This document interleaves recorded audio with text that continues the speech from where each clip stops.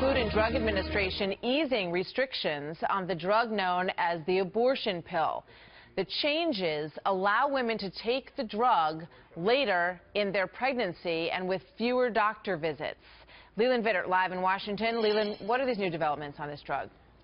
Oh, Martha, like everything surrounding the abortion debate, even something as simple as changing the dosing on a drug can set off a firestorm. Since the abortion pill was made legal more than a decade ago, doctors found over time that they could lower the dose. That meant less side effects.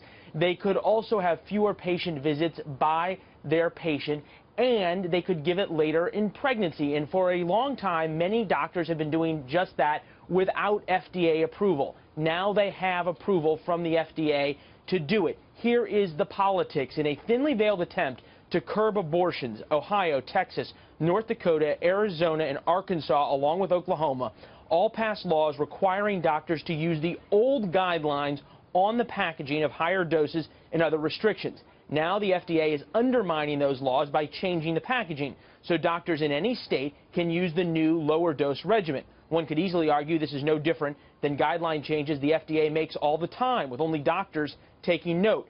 But given what this drug is for and the controversy surrounding it, the fight is far from over. At least one report out of Arizona shows the state legislature there may try to pass a law requiring doctors to still use the old higher dose guidelines rather than what the FDA now says is safe. All right. So what are the doctors saying, Leland? American Congress of Obstetricians and Gynecologists put out a statement saying they were pleased, essentially saying they agreed with this decision. Those on the other side of the abortion debate, not so much. National Right to Life.